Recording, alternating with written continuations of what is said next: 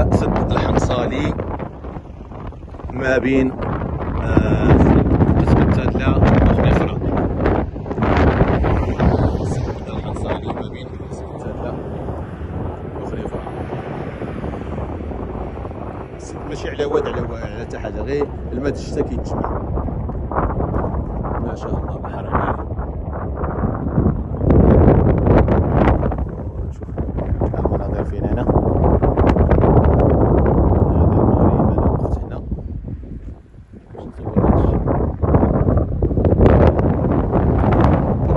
شوف الطراكس كتقد، ما شاء الله الطراكس شوف كتقد في البلاصه، شي غرفه فيها